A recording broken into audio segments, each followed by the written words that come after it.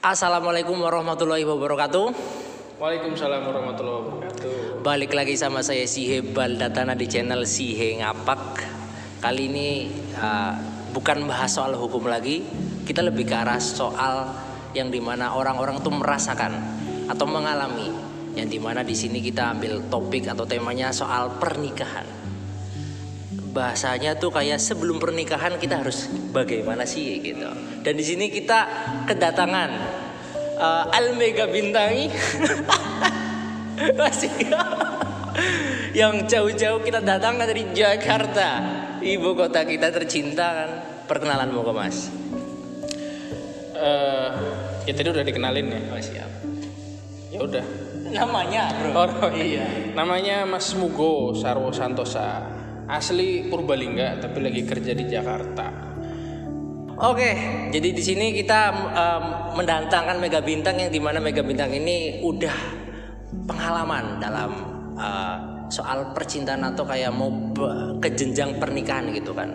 Kita sebagai orang yang belum menikah, mahasiswa, dan ini juga teruntuk untuk mahasiswa yang mau ke hal serius gitu Mas Mugo. Jadi ini memang jangan ditutup-tutupi karena ini ya udah dalam arti apa ya, hukum alam ya. Kita harus tahu soal bagaimana sih mencari seorang pasangan. Nah gitu. Dan ini udah pengalaman gitu. Hot topic gitu ya. Hot topic, iya.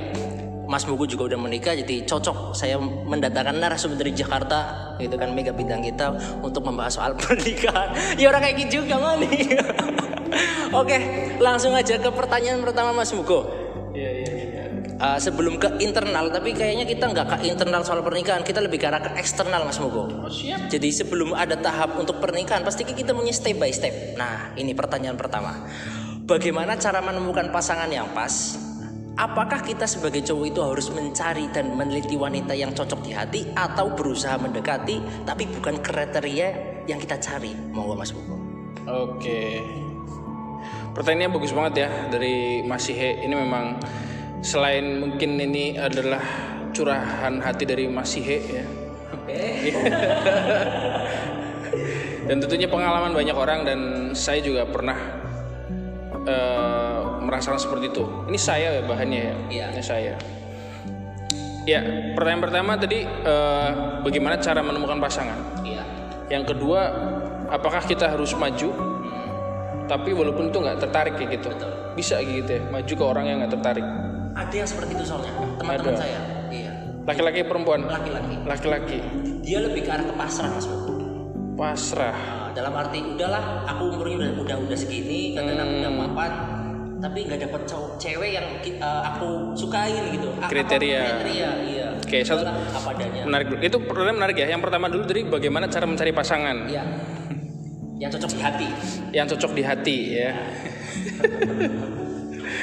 Ya, mungkin kalau aku nggak ngerti ya bagaimana maksudnya kalau misalkan di agama yang mungkin baik kita apa tapi bagi pengalaman, dan juga dulu waktu saya itu mau menikah masih itu saya memang belajar banyak. Jadi saya memang suka belajar, suka baca buku, termasuk perihal menikah, karena menikah itu adalah ibadah, harapannya ya ibadah terlama di dalam hidup. Benar ya Mas ya?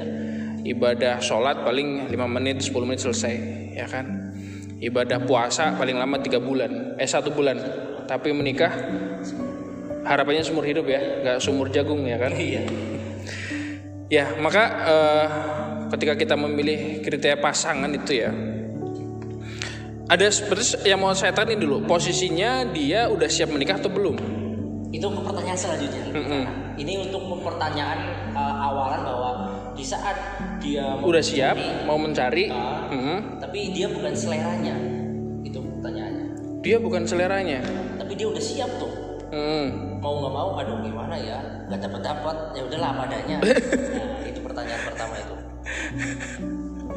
Oh gitu. Jadi terpaksa gitu ya, adanya itu gitu. Iya, adanya itu. Adanya itu ya. Kalau saya sih menyarankan nggak seperti itu ya. Kalau saya menyarankan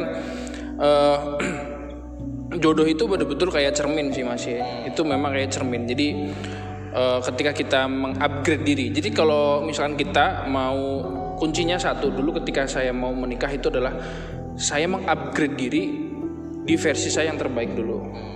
Gitu. Jadi gini, intinya pertanyaan teman-teman mungkin yang di rumah nih bisa jawab pertanyaan ini gitu. Kenapa orang perempuan ya, atau kalau Anda misalkan teman-teman ini yang nonton perempuan atau laki-laki, kalau Anda laki-laki ini misalkan, kenapa ada perempuan yang harus mau menikah sama kamu? Itu jawabannya apa gitu. Kenapa perempuan itu harus mau nikah sama kamu? Itu jawabannya apa? Kalau misalkan kita pikir tuh ya, karena kita itu kan pasti mencari seseorang pasangan yang punya saling memberikan benefit. Ya, aku ngomong bahasa nyongkoroko lah ya, misalkan ya pocah-pocah kayak, misalkan lah, kalau laki-laki itu pasti nyari ya umumnya yang cantik, bener ya. Seenggaknya ketika dibawa kondangan nggak ngisin-ngisin lagi, bener nggak? Ini bener kan? Ketika sama laki-laki yang lain bisa gaya nih, aku punya cantik, kan itu benefit kan? Benefit, salah satu benefit misalkan tadi kalau misalkan pertanyaan yang saya ajukan ditujukan kepada perempuan, misalkan kenapa laki-laki harus nikahin kamu gitu kan? Oh ya aku cantik gitu. Oh kalau nggak cantik mas gimana? Ya sudah, kamu punya apa? Kamu mungkin punya soleh, kamu punya taatan, kamu punya jiwa melayani kepada suami, itu juga penting. Jiwa melayani itu justru dalam pernikahan jauh lebih penting daripada sekedar cantik kayak gitu. Melayani suami maksudnya ya. Gitu. Kamu punya, tanya dulu nih sebelum kamu mau menikah, mencari pasangan, kamu sendiri tanya dulu ke diri kamu. Kamu ini apa yang membuat orang lain bakal tertarik sama kamu? Apa yang kamu tawarkan gitu? Kan gitu. Bayangin Mas ya, dulu waktu saya menikah itu saya belum punya pekerjaan. Saya baru lulus munakosa, belum wisuda, baru munakosa. 3 hari kemudian saya ajak pasangan saya untuk menikah kayak gitu. Saya mau punya pekerjaan. Artinya saya kalau ada orang nunggu mapan gitu ya, sebetulnya kemapanan yang paling penting itu mapan mental dulu, baru kemapanan finansial. Yang paling penting itu dulu. Karena finansial itu bisa dicari, dan kalau kita punya dulu ya, makanya saya tanya yang aku tawarin apa kan gitu ya Mas ya. Yang aku tawarin adalah aku punya visi. Aku yakin sama diriku sendiri bahwa aku akan jadi orang yang sukses dan aku adalah orang yang tanggung jawab. Kayak gitu. Kalau ini perempuan ya, kalau perempuan itu kamu kalau misalkan ada laki-laki yang deketin kamu misalkan, dia nggak punya kemapanan saat ini. Sebetulnya bukan karena kalau dia asalkan nggak apa-apa dia nggak punya kemapanan saat ini, tapi dia punya tanggung jawab, rasa tanggung jawab. Pasti suatu saat kalau dia nikah sama kamu, ya dia bakalan nyari kok. Laki-laki itu masih nggak usah disuruh nyari uang, pasti dia nyari uang. Bener nggak? Masih hasratnya pasti nyari uang kan? Itu hasrat laki-laki. Apalagi kalau nanti sudah menikah gitu, sudah ada istri yang harus dia, itu pasti dia mikir. Hanya laki-laki itu nggak perlu mikir. Itu hanya cukup punya rasa tanggung jawab. Laki-laki pasti akan gerak tuh sana ya, langsung gerak, langsung nyari uang gitu. Jadi asal dia sudah siap menikah, belum terlalu mapan, tapi setidaknya dia sudah memikirkan ke depan mau apa. Waktu itu saya memikirkan, saya pengen, memang skillnya di dunia internet marketing, saya akan menghasilkan uang dari jalan ini. Dan sekarang terbukti saya menjadi orang marketing di internet marketing dan sebagainya. Itu, dan itu disampaikan secara awal. Dan memang betul nggak semua perempuan waktu itu, saya jujur ada beberapa yang saya ajak untuk menikah serius gitu. Ya ada yang melihat saya dari sisi finansial ya memang. Gitu. Ada yang melihat saya dan waktu itu apa istilahnya, dia mundur karena memang saya nggak ada finansialnya kayak gitu. Tapi buat saya justru ya dalam tanda kutip saya melihat, tapi saya nggak sakit hati, beneran saya nggak sakit ketika saya ditolak seperti itu Mas Ye. Saya justru nggak sakit hati. Kenapa? Karena saya melihatnya begini, loh, itu yang kamu lihat ya, hanya sekedar itu yang kamu lihat gitu. Aku justru merasa bersyukur ketika aku ditolak karena itu, ya sudah. Karena buat saya akan sangat yakin bahwa suatu hari nanti saya akan jadi orang yang mapan gitu. Karena itu sudah kenapa saya yakin bukan karena kemampuan saya, tapi karena janji dari Tuhan ya di Quran surat An-Nur, berjanji kalau kita menikah akan dimapankan kayak gitu. Dan terbukti sampai hari ini alhamdulillah dimapankan gitu. Meskipun di awal-awal menikah ada kejedot, ada gitu-gitunya, tapi alhamdulillah bisa terlewati gitu. Pertanyaannya tadi bagaimana cara mencari pasangan? Jawabannya, jawab dulu tadi pertanyaannya. Kenapa pasangan yang kamu idam-idamkan harus memilih kamu gitu. Jadi fokusnya justru ke diri sendiri dulu. Fokusnya ke diri sendiri dulu. Jangan karena kita mau pasangan yang cantik, solehah, gini-gini ya. Limon dia mau sama kamu kan gitu ya. Kan gitu. Jadi mending memantaskan diri untuk pasangan yang seperti apa. Misalkan gini, aku mau pasangan yang agamanya bagus dan juga katakanlah secara postur bagus gitu ya. Ya sudah, kita jadikan diri kita pantas untuk pasangan yang seperti itu, gitu saja. Jadi bukan fokus ke perempuan. Justru saya tidak menganjurkan nih kalau laki-laki ya, jangan terlalu banyak fokus sama perempuannya.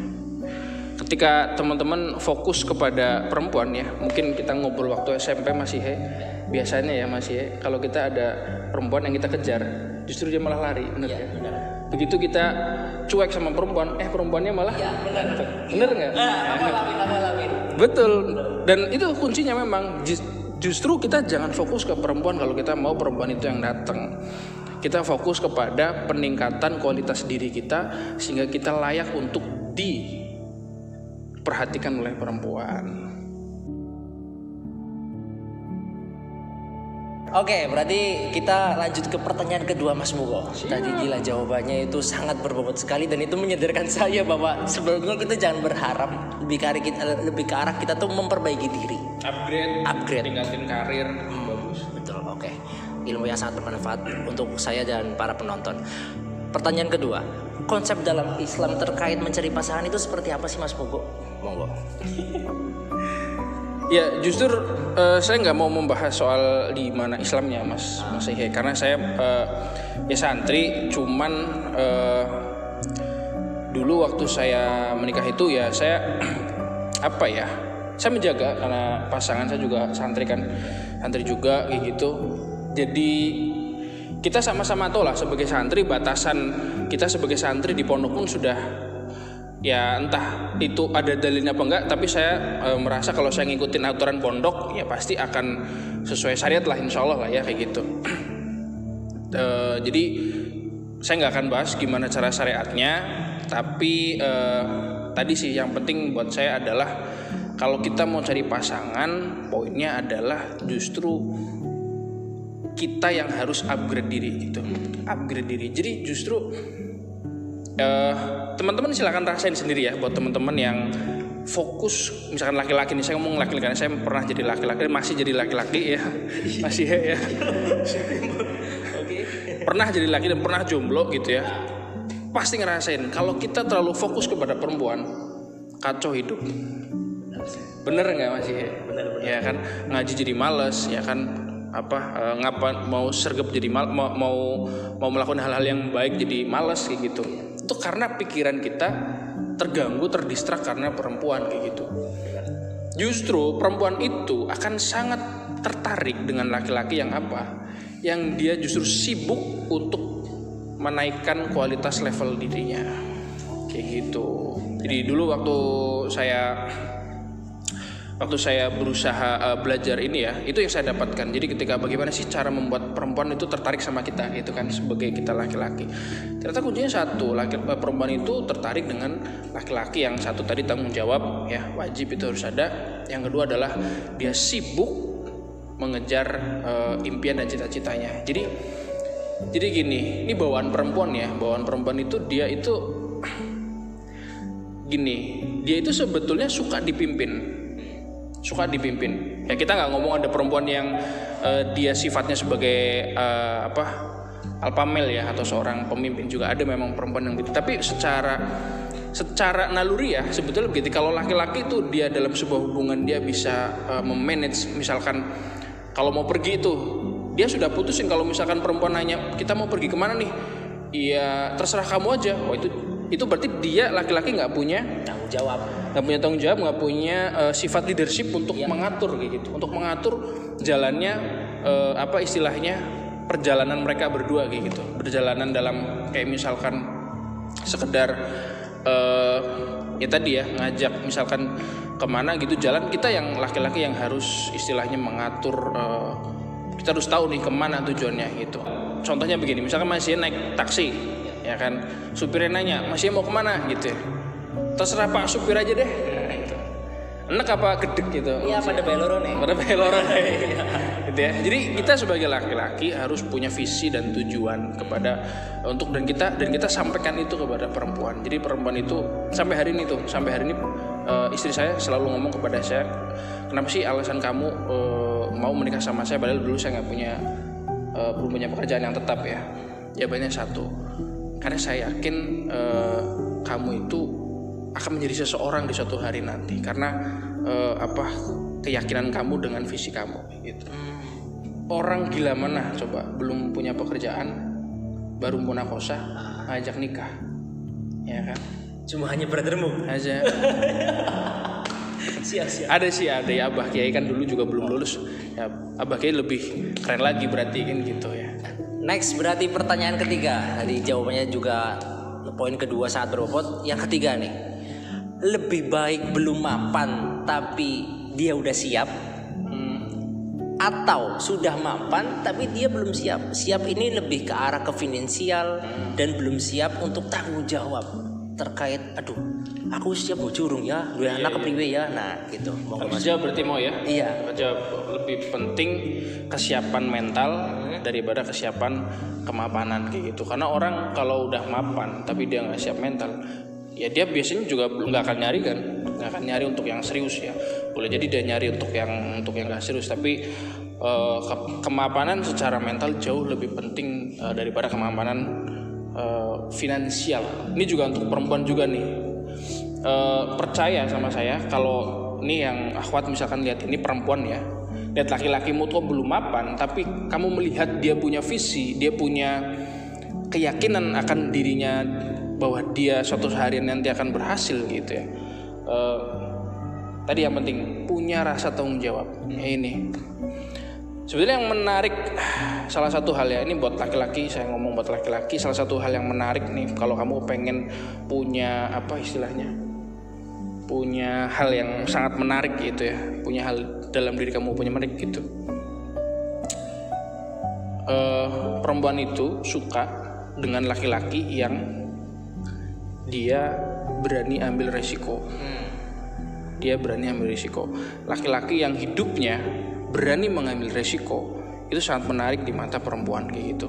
Karena hidupnya itu nggak begitu-gitu aja, nggak cuman tidur malas-malasan monoton kayak gitu.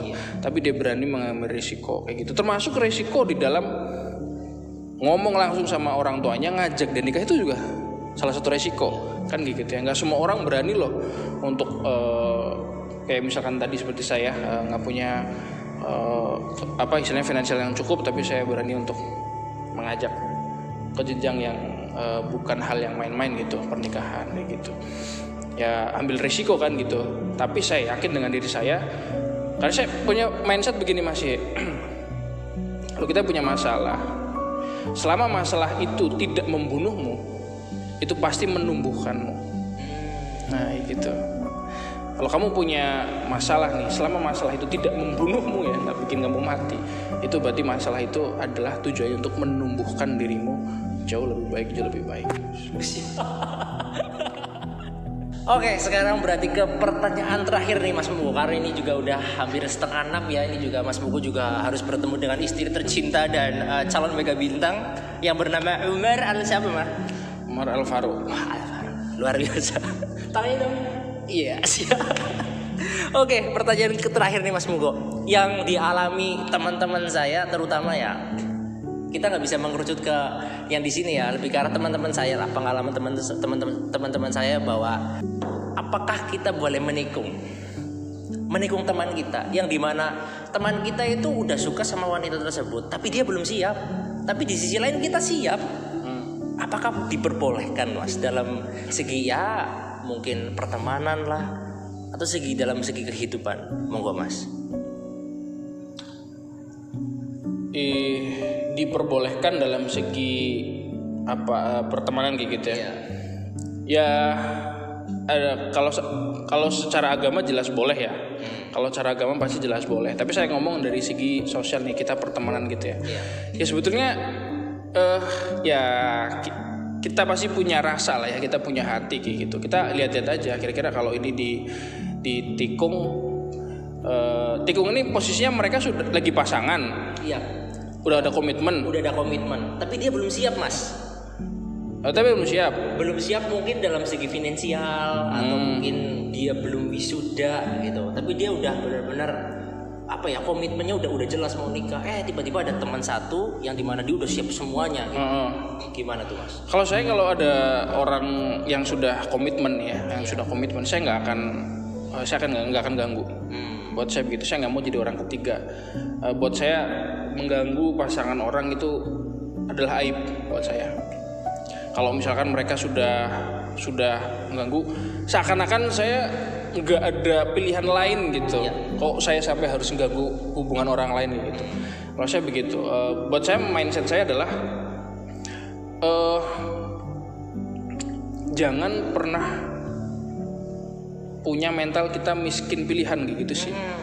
Kita miskin pilihan gitu. Jadi kita terlalu terpaku bucin ya. Kalau selama bucinnya itu belum sah tuh, belum ada komitmen, buat saya buang, next aja gitu. Karena kecuali bucinnya kalau udah jadi ya itu harus bucin gitu. Tapi kalau belum jangan ambil pada satu aja gitu. Jadi kita punya mindset bahwa kalau nggak ada kamu ada yang lain kok, kayak gitu loh.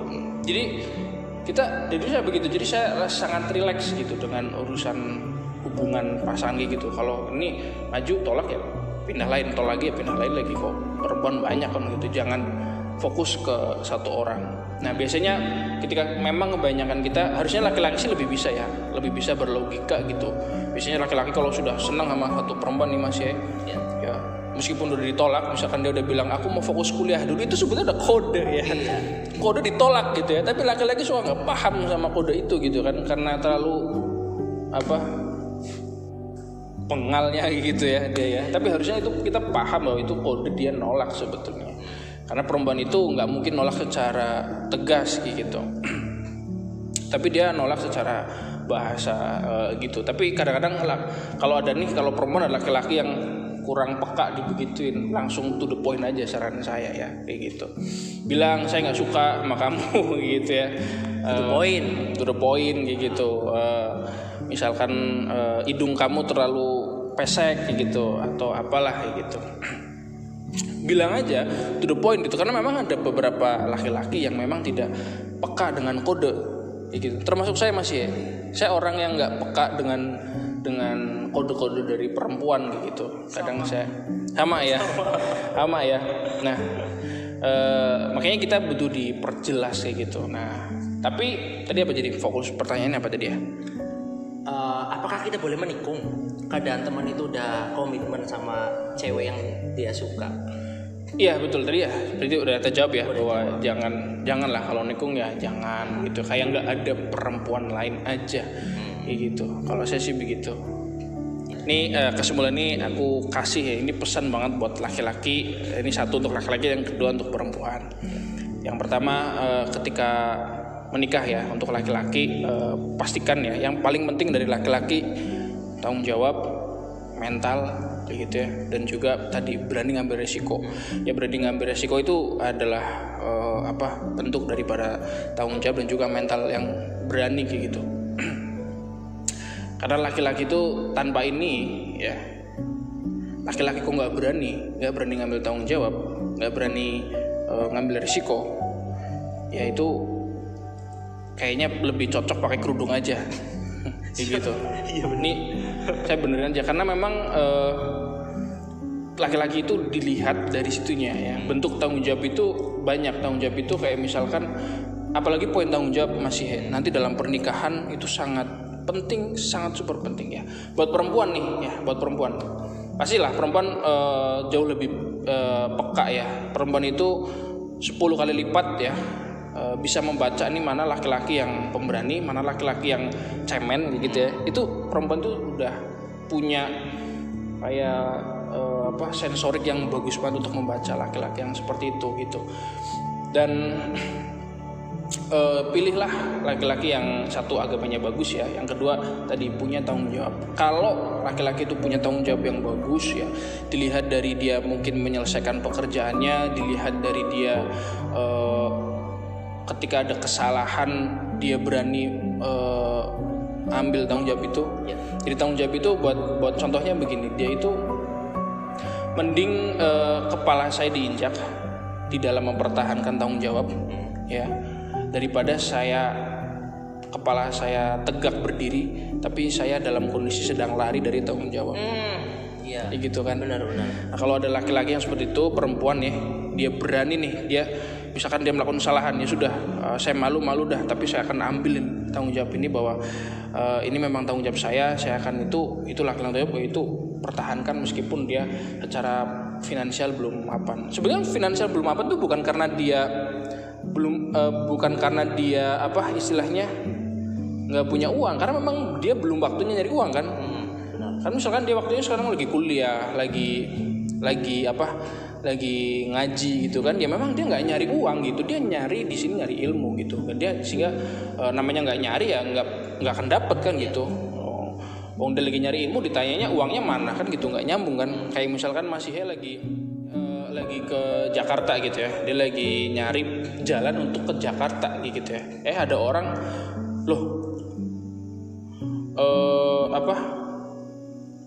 Mas Ihe kok nggak ke Surabaya aja kayak gitu. Padahal ya dia memang nggak ke Surabaya, bang, dia lagi fokusnya mau nyari jalan ke Jakarta gitu.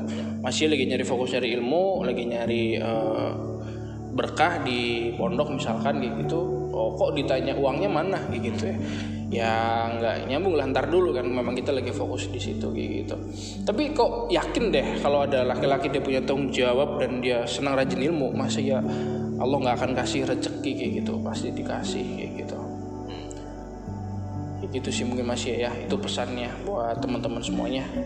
Buat perempuan tadi tuh ya, kalau misalnya ada laki-laki dia kok nggak mapan tapi dia punya rasa tanggung jawab yang besar ya, dipegang aja ya.